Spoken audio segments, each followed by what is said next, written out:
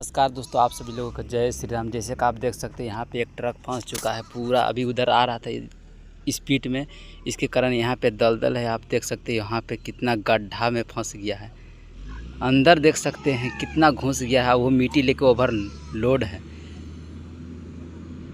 इसलिए आप भी जब गाड़ी चलाते हैं तो सावधानी पूर्वक चलाएं और अच्छा से चलाएं, क्योंकि पता नहीं कब मुसीबत आ सकता है। देख रहे हैं कितना अंदर घुस चुका है।